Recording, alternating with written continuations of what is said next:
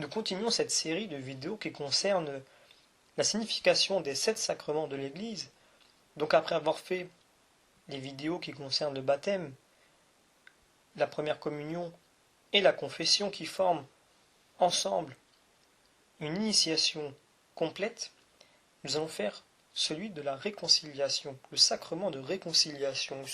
On peut aussi l'appeler la confession, la pénitence. Nous allons voir les différents mots qui sont employés, mais avant cela, il faut se rappeler que dans l'Église, depuis toujours, le sacrement de réconciliation existe. Alors il a changé de forme durant les siècles, puisqu'au début il se faisait publiquement. On se rappelle qu'à l'Église, tous les dimanches, on présente notre aveu de manière publique, ensemble, que nous sommes pécheurs, quand le Seigneur nous dit confessons notre foi devant nos frères, et quand il nous dit aussi reconnaissons que nous sommes pécheurs. Donc on redit le credo quand il nous demande de confesser notre foi, mais quand nous reconnaissons que nous sommes pécheurs, eh bien nous commençons ce long texte qui commence par je confesse à Dieu Tout-Puissant que j'ai péché, et nous disons dans ce passage-là devant mes frères. Je reconnais devant mes frères que j'ai péché. Et donc on continue en disant en pensée, en parole, par action et par omission, oui j'ai vraiment péché, etc. Alors, c'est une confession qui se fait publiquement, on le fait pendant la messe. C'est une sorte de confession entre guillemets, et c'est ainsi que le faisait l'Église en tout temps, elle faisait de manière publique ce que nous faisons aujourd'hui de manière privée.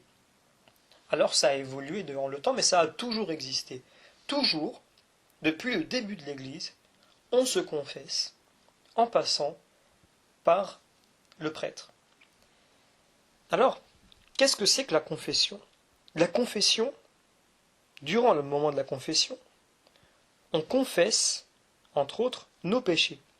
Alors le péché, c'est quelque chose, c'est un fardeau que nous portons tous les jours. C'est ce qui fait que nous faisons des fautes. Nous trahissons quelquefois Dieu, nous faisons du mal à autrui, donc nous faisons du mal à Dieu directement, et ce mal, qui est l'absence de l'amour de Dieu, puisque Dieu n'est pas encore dans notre cœur complètement présent, puisque nous ne l'avons pas encore accueilli complètement dans notre cœur, sinon nous ne pécherions plus. Eh bien, c'est un manque de la présence de Dieu, c'est un manque d'amour, mais c'est notre faute, ce n'est pas Dieu qui est absent, c'est nous qui ne l'avons pas encore suffisamment rempli de notre cœur. Eh bien, c'est pour cela que nous travaillons tous les jours à développer nos qualités afin que Dieu puisse résider complètement dans notre cœur, c'est ce qui nous éloigne du péché. Et bien pendant ce temps, nous sommes dans le péché. Tant que Dieu n'est pas à 100% dans notre cœur, qu'il ne remplit pas complètement notre cœur, nous sommes dans le péché. Alors, le péché est un mal. Donc comme nous le disons, c'est une absence partielle ou totale de Dieu dans notre cœur qui fait que nous fautons. Nous venons donc lors de la confession avouer, entre autres, puisque nous verrons que ce n'est pas le seul but de la confession, avouer nos péchés. Alors le sens de tout ça, c'est de nous montrer que l'amour de Dieu est plus fort que le péché. C'est-à-dire que nous péchons tous les jours. Quelquefois, quand nous allons nous confesser, déjà le lendemain, voire le surlendemain, il faut déjà revenir pour nous confesser des mêmes choses. Et Dieu nous pardonne. Si vraiment nous le voulons, si vraiment nous faisons des efforts, il nous pardonne. Alors ce n'est pas de la magie, puisque certains disent c'est simple dans la vie chrétienne, on peut faire ce qu'on veut. Quand on va au sacrement de pénitence, Dieu nous pardonne et on recommence. Ce n'est pas vrai. On ne peut pas tromper Dieu. Pour qu'il y ait réconciliation, il faut qu'il y ait aveu. Il faut qu'il y ait l'envie de changer. Il faut qu'il y ait une contrition du cœur. S'il n'y a pas ça, il n'y a pas de confession, et Dieu ne nous pardonne pas. Puisque si nous ne voulons pas, Dieu est très obéissant, il ne nous force pas. Et donc il n'y a pas confession. Nous sommes toujours dans nos péchés. Donc le sens véritable de ce sacrement, c'est de montrer que l'amour de Dieu est plus fort que nos péchés, que nos erreurs. Et donc, cette réconciliation que nous pouvons faire avec lui est possible tous les jours. Tous les jours, nous pouvons faire appel à un prêtre et lui dire « Je souhaite aujourd'hui me confesser ».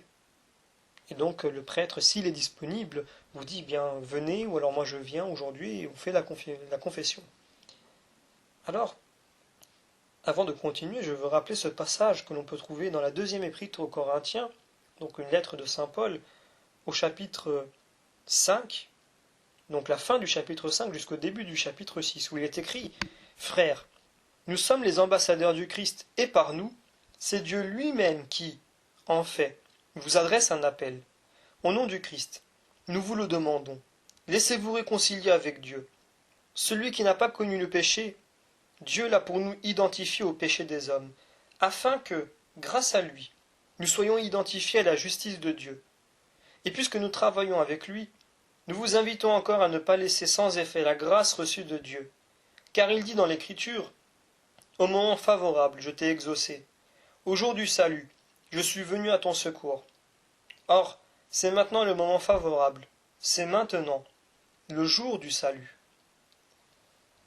Alors, lors de la réconciliation, donc nous allons parler de tous les mots qui sont utilisés. On parle de confession, donc c'est l'ancien nom que portait le sacrement de réconciliation, et donc il désigne véritablement la confiance en l'amour de Dieu, puis, par voie de conséquence, l'aveu des fautes par le pénitent, par celui qui vient avouer ses péchés. Et donc, c'est dans un geste totalement libre, puisque l'Église ne force jamais qui que ce soit à se confesser. C'est dans un geste qui est libre, qui est digne, qui est courageux, qui est chrétien, que la personne vient à l'encontre du prêtre pour demander la confession et donc de confesser ses péchés. Donc sur un plan psychologique, ça a un effet très positif sur la personne, puisqu'elle peut se sentir libérée des erreurs qu'elle a commises. Mais comme il reste cette trace des erreurs, elle s'en rappelle. Et quelquefois, ça lui permet de ne plus faire ces erreurs-là. Et donc ça lui permet d'avancer, plutôt que de rester sous le poids de ces erreurs qui sont toujours présentes, mais que nous ne sommes pas libérés, nous ne sommes pas pardonnés de ces erreurs-là. Et lors de la confession, nous sommes pardonnés. Ainsi, nous savons que nous ne portons plus le fardeau de nos péchés, que nous pouvons continuer notre route, mais il reste quand même cette expérience du péché que nous avons goûté, et qui nous fait mal, qui reste, et qui nous permet de ne pas refaire la même bêtise, ou alors de la faire le moins possible. Puisqu'il faut être honnête, il y a toujours quelques péchés que nous continuons à faire. Ça a un bon côté, puisque ça nous permet aussi de garder les pieds sur terre. Ça nous permet aussi de rester humbles, de nous sentir toujours dépendants de Dieu, de savoir que on aura toujours besoin de Dieu parce qu'il nous restera toujours un petit péché qu'on ne pourra pas effacer, qu'on gardera, et tant que Dieu ne sera pas venu, eh bien, on continuera. Nous sommes impuissants sans lui. Alors, on parle aussi de contrition quand on parle de confession. La contrition, c'est vraiment l'attitude de la personne qui vient regretter, reconnaître ses erreurs et les regretter. Alors, il ne faut pas confondre contrition avec remords. La remords, c'est quand il y a un sentiment de culpabilité. La contrition, par contre, elle conduit la personne à vouloir changer. C'est-à-dire qu'elle se sent vraiment fautive, qu'elle sait qu'elle ne peut rien faire sans la puissance de Dieu, alors elle s'abaisse complètement.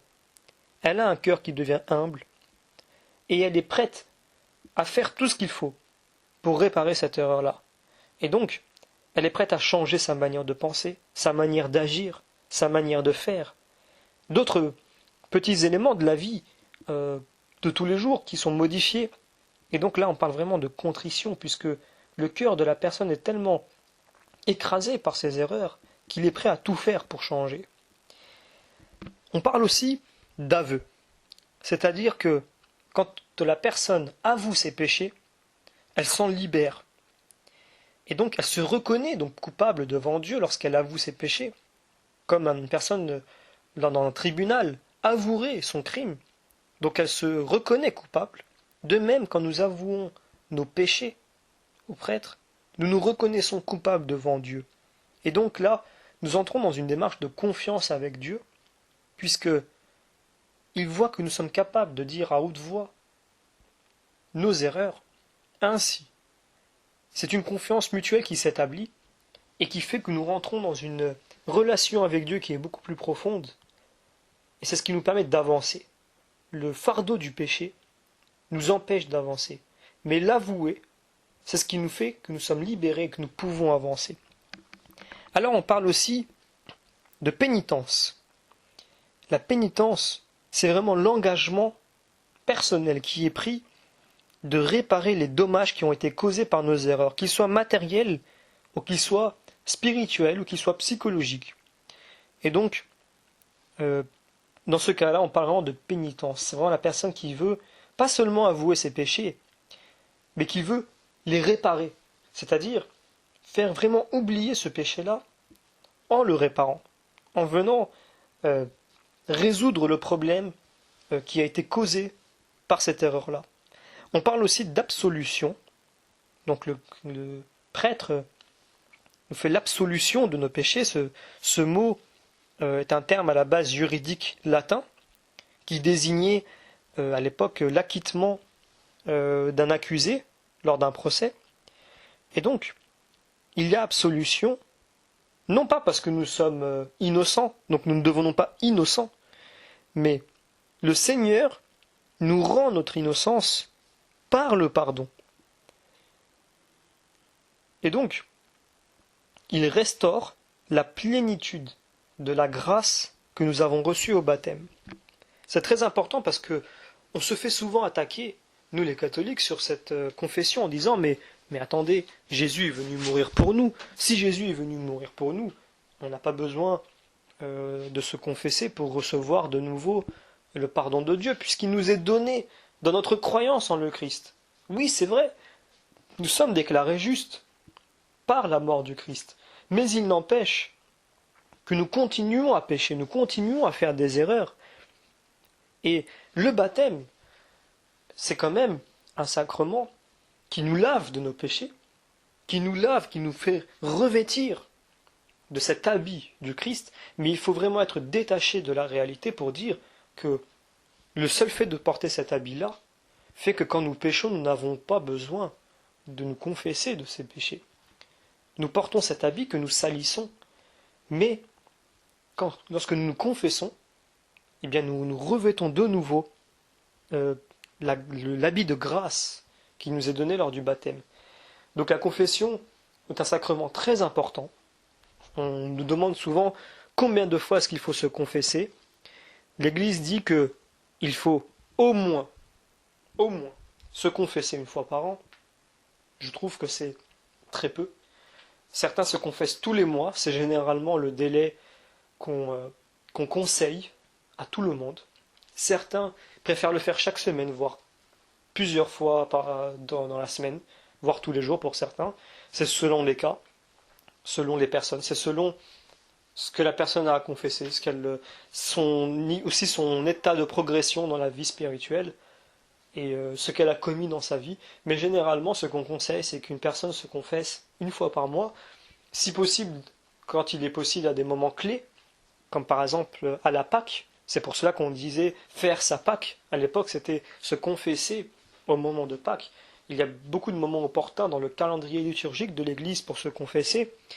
Alors, on va simplement expliquer pourquoi, ou plutôt comment se déroule la confession.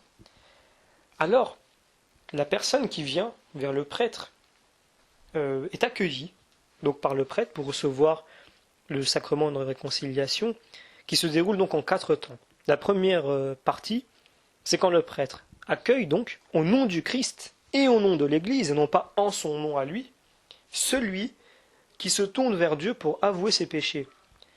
Alors, il peut, si nécessaire, c'est à lui de le décider, ne pas forcément dévoiler son nom, ne pas forcément dévoiler son âge, ne pas forcément dévoiler des choses très personnelles.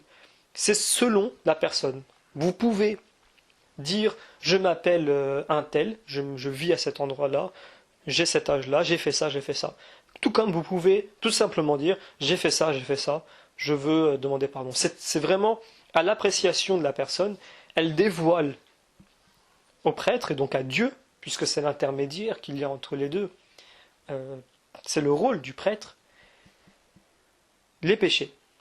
Elle peut en dire plus sur sa vie personnelle, tout comme elle ne peut rien dire.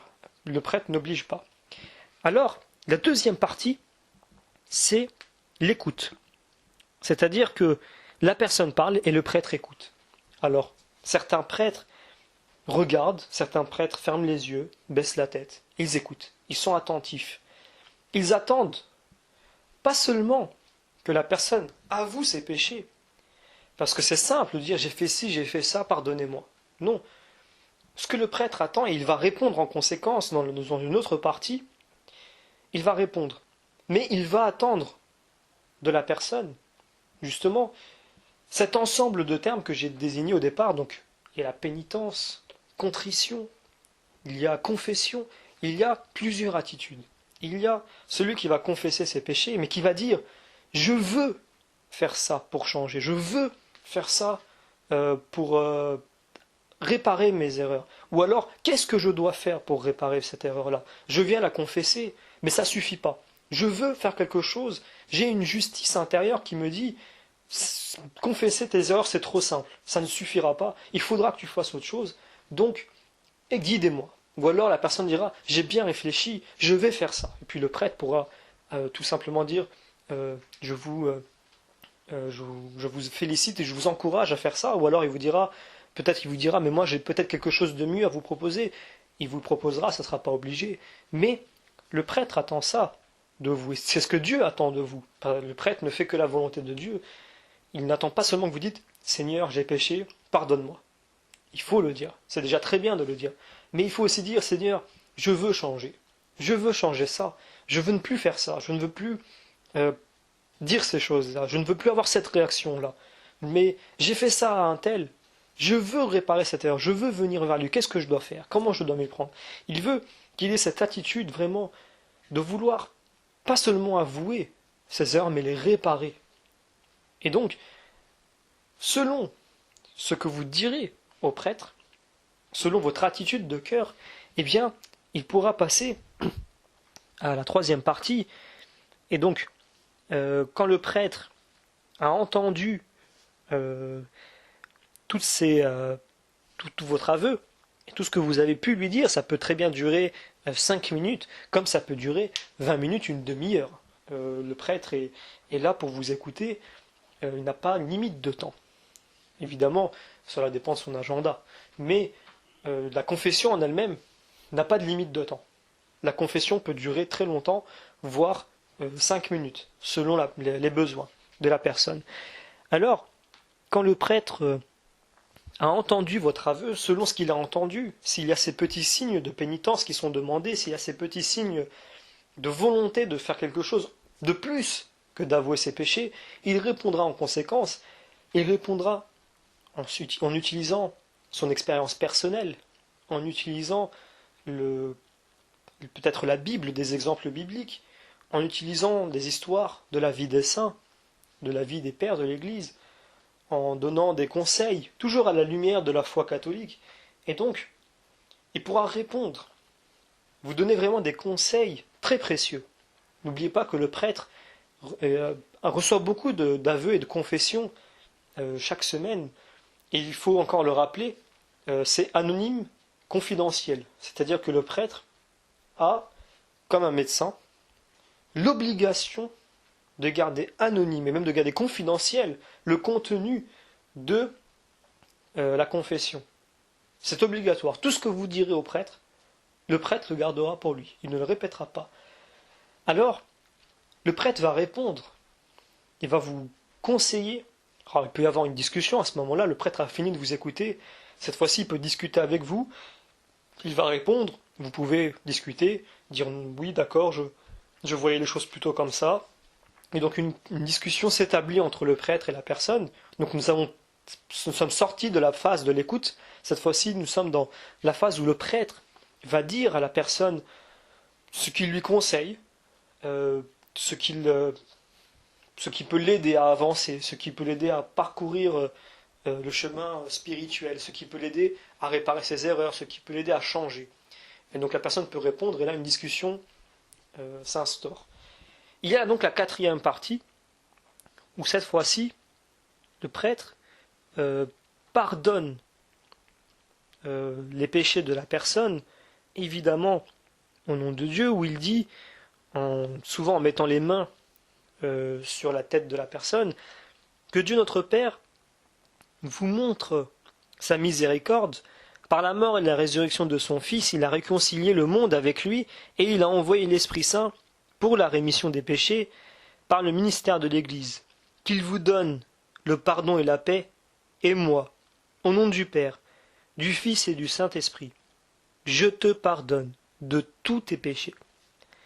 Et donc, quand le prêtre dit cette phrase-là, c'est donc la quatrième phase où le prêtre vous pardonne vos péchés. Donc, ça s'est passé d'une manière très personnelle, de manière très solennelle, et en plusieurs phases.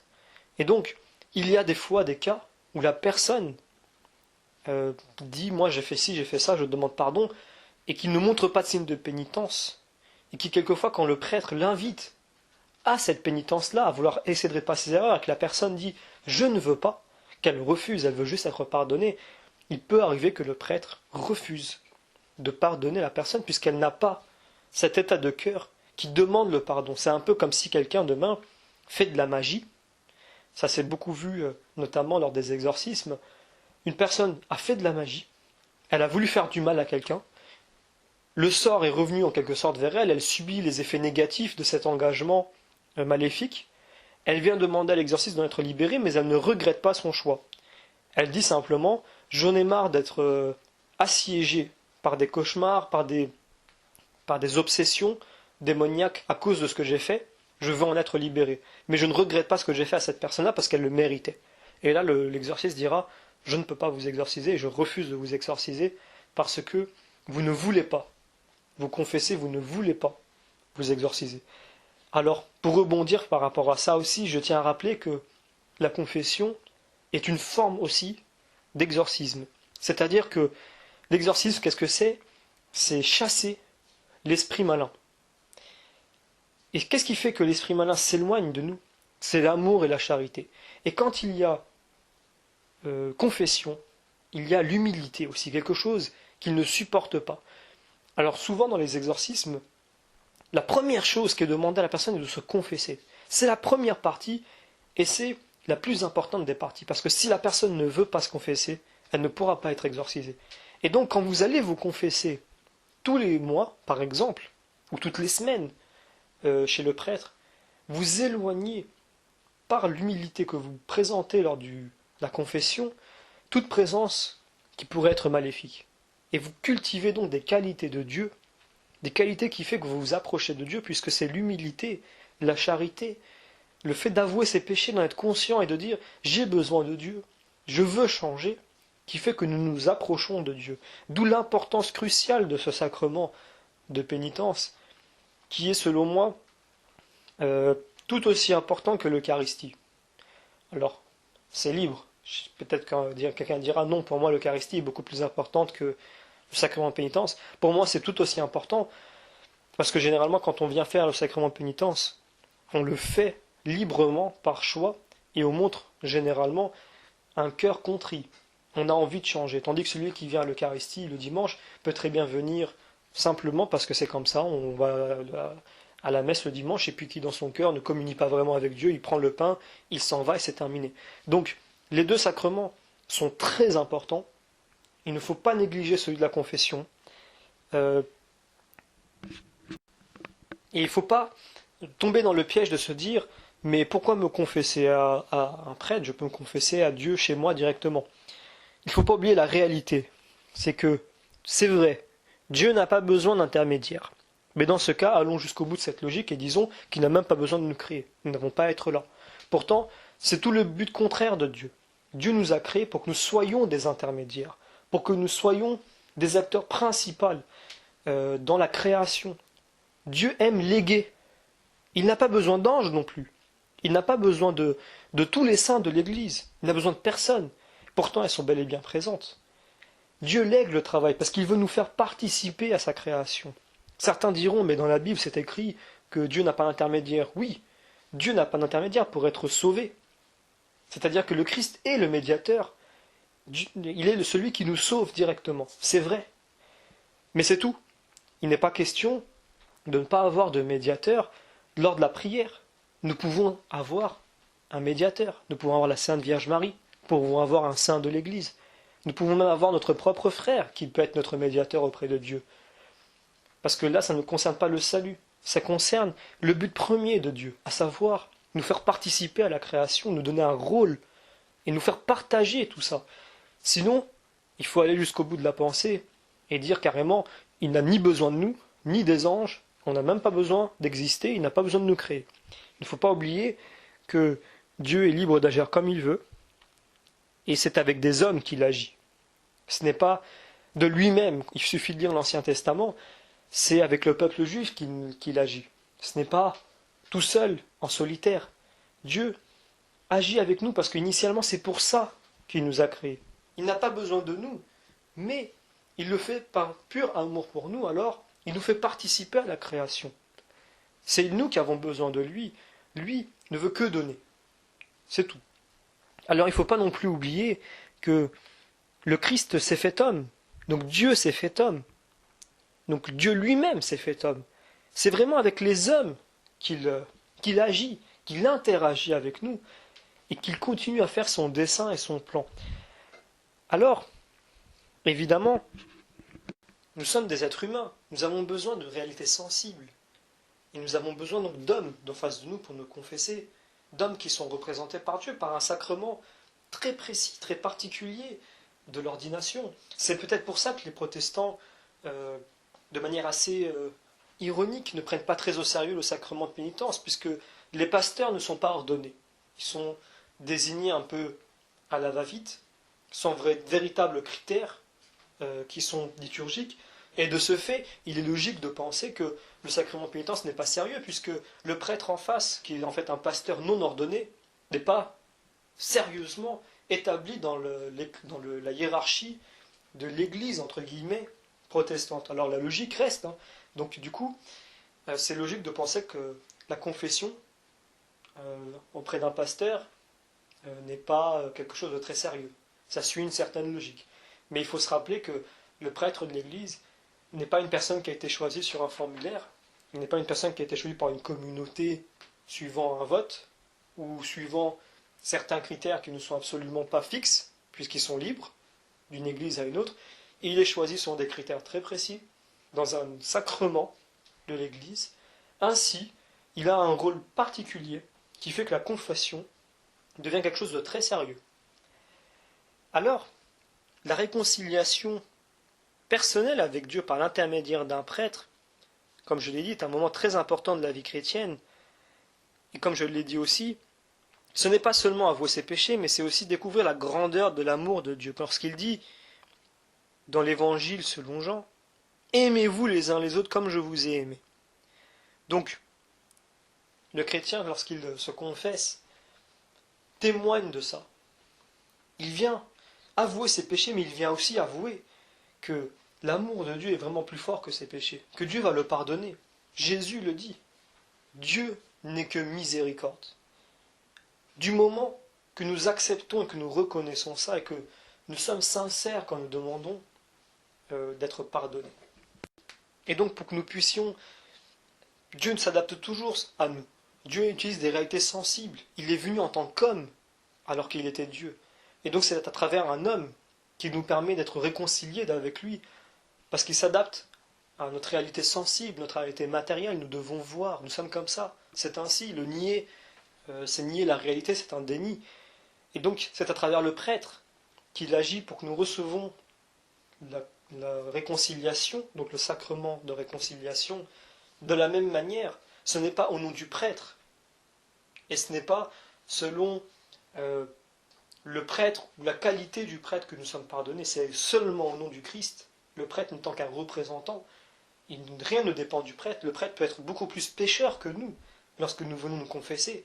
Cela n'entre pas en compte. Tout ce qui compte, c'est qu'il représente le Christ, qu'il nous pardonne au nom du Christ, et que c'est Dieu qui nous pardonne uniquement.